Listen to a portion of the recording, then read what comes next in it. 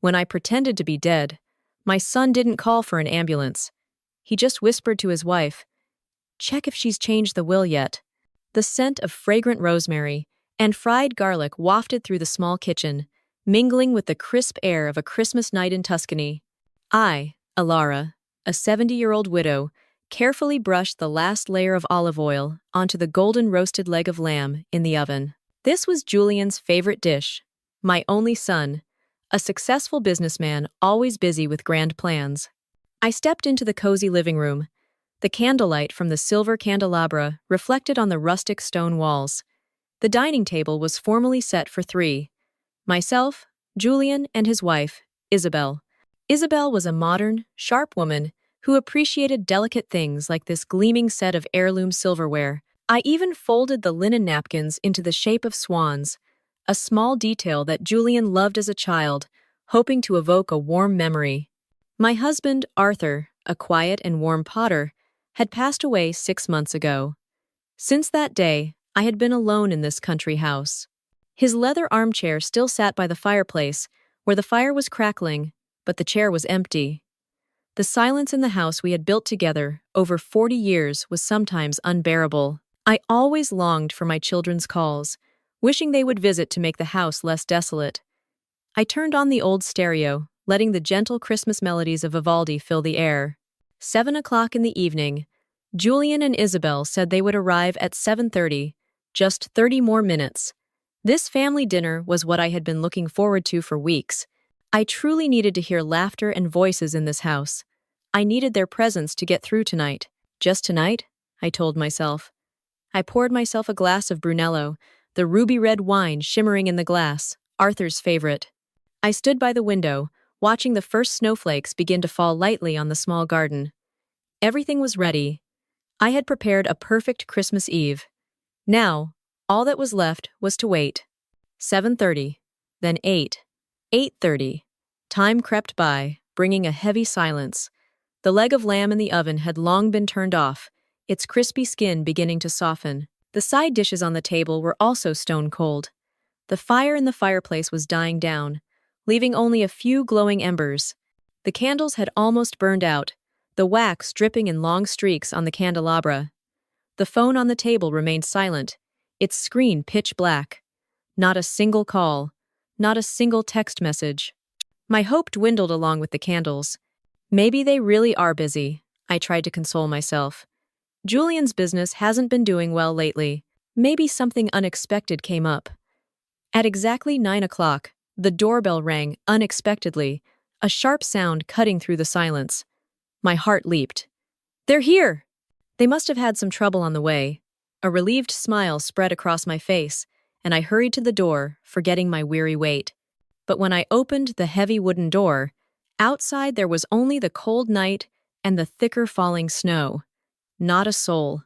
The gravel path leading to the gate was empty. It must have been the village kids playing a prank, I sighed, a wave of disappointment washing over me. I closed the door, the feeling of letdown heavier than before. 10 o'clock, then 11 o'clock. I no longer had the strength to clear the table. I sat motionless on Arthur's armchair, staring at the 3 empty places at the table. They didn't come. After that false doorbell, there was not another sound.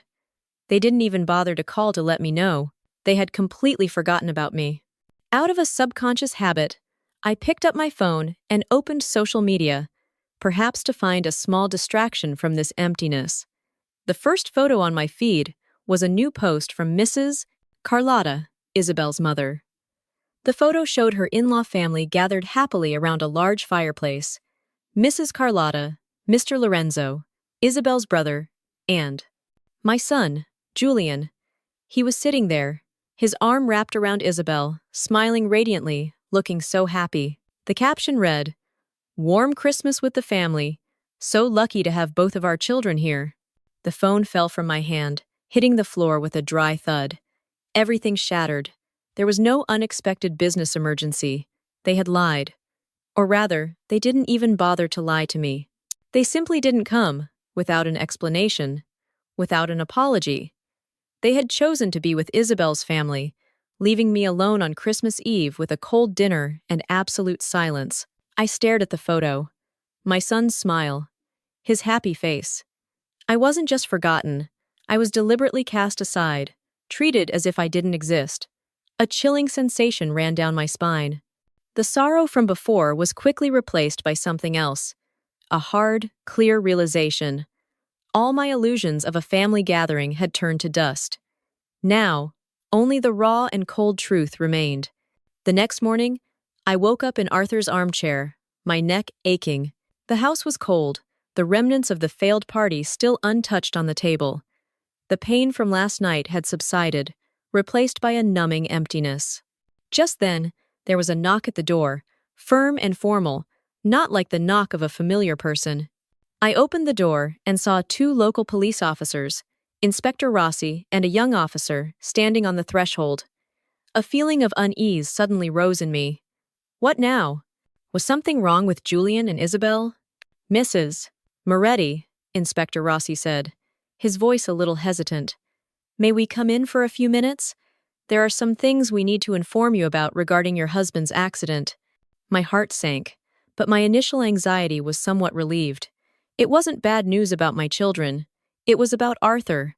I was confused as I invited them inside. The accident happened 6 months ago. Why were they coming now? Is there something new, Inspector? I asked, trying to keep my voice steady. Not exactly new, ma'am.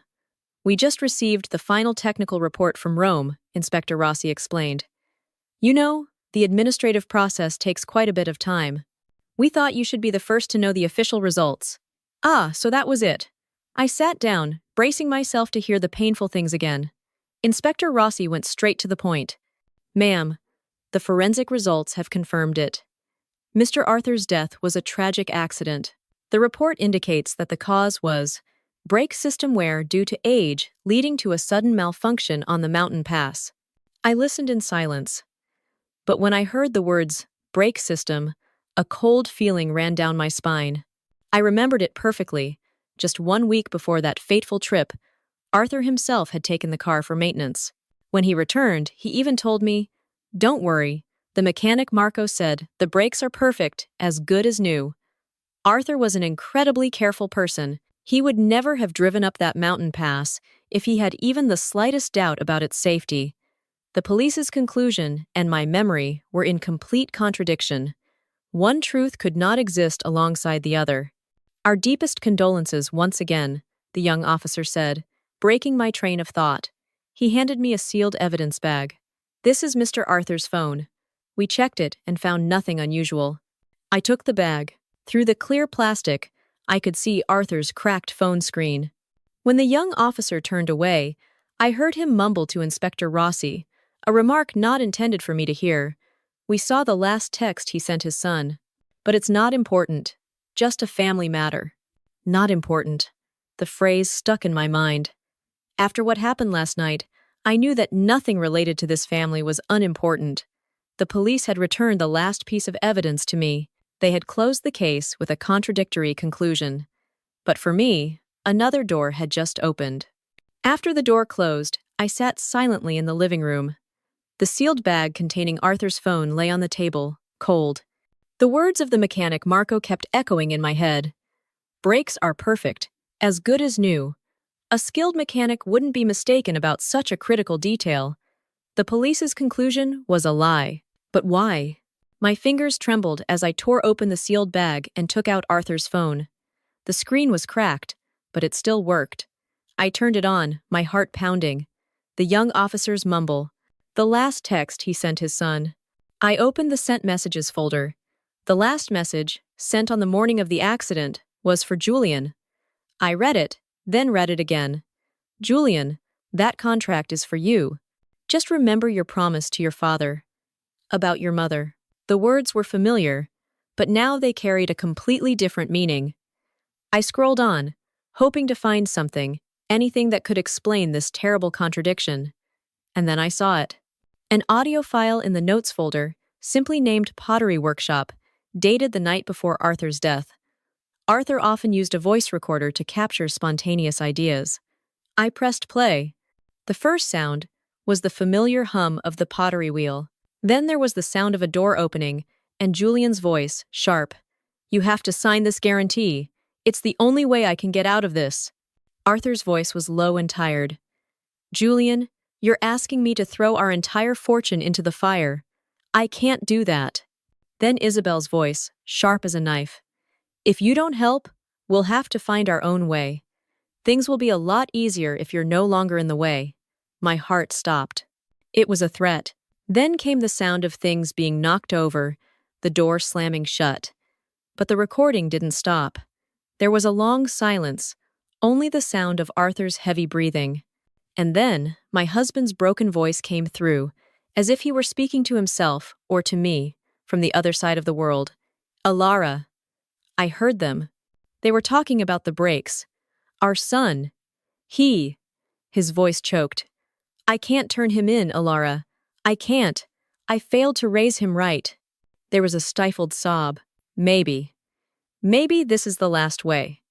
The insurance money will help him pay off his debts. Maybe he'll come to his senses. He promised he would take care of you. Alara, please. The recording ended. The phone fell from my hand. I couldn't cry anymore. A horrifying, numbing truth washed over me. My husband wasn't just killed. He knew his death was coming. He heard his son and daughter-in-law's plan. And because of his blind love, because of a father's guilt, he chose to stay silent and get into that vehicle of death. He sacrificed his life in a last, desperate attempt to save his son's soul. I looked out the window, where the remnants of the Christmas dinner still remained. Their betrayal last night was now more than just thoughtlessness. It was an act of trampling on Arthur's sacrifice itself. They had taken that bloody gift and turned their backs, abandoning me. The pain within me vanished, replaced by a cold, steel-hard rage.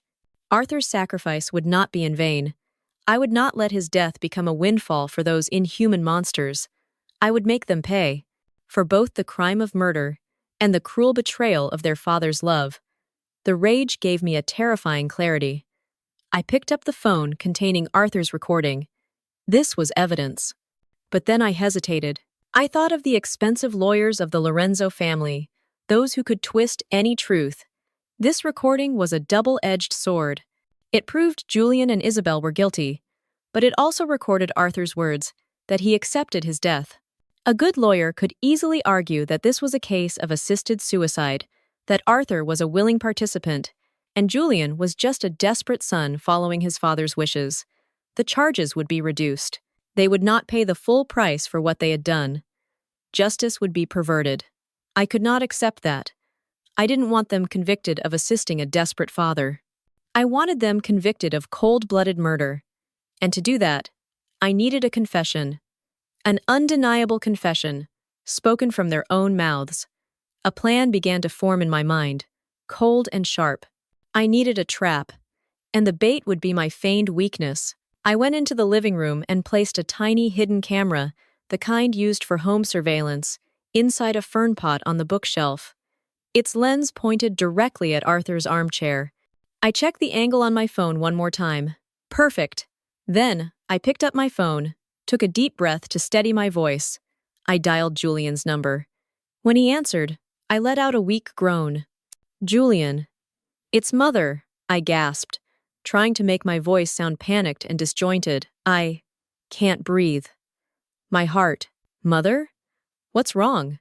I heard the anxiety in his voice, but I knew it wasn't concern for me, but for the fortune I was about to leave behind. Come here now. I'm not going to make it, I said, and hung up, not giving him a chance to ask more. I quickly went to Arthur's armchair and lay down. I closed my eyes, regulating my breathing to be slow and shallow. I began to mumble, speaking disjointed phrases in a delirium, but just enough to sow terror into the minds of the culprits. Arthur, what have you done? The brakes. Your father knows everything. In the garage. The trap was set. Now, I just had to wait for the predators to walk into it themselves. I heard the sound of tires screeching outside, followed by the door opening and hurried footsteps. I kept my eyes closed, continuing my act, mumbling the fear-inducing keywords. Mother! Mother! Julian rushed into the room, his voice full of panic. I heard Isabel gasping right behind him. There was a moment of silence as they looked at me lying motionless on the chair. Damn it, Isabel hissed. She looks terrible. She keeps mumbling, Julian said, his voice trembling. She's talking about Dad, about the brakes. In the garage. What if she saw something? Fear had made him lose his composure. This was exactly what I was hoping for. Shut up, Isabel snapped, her voice cold. No one saw anything. She's just delirious.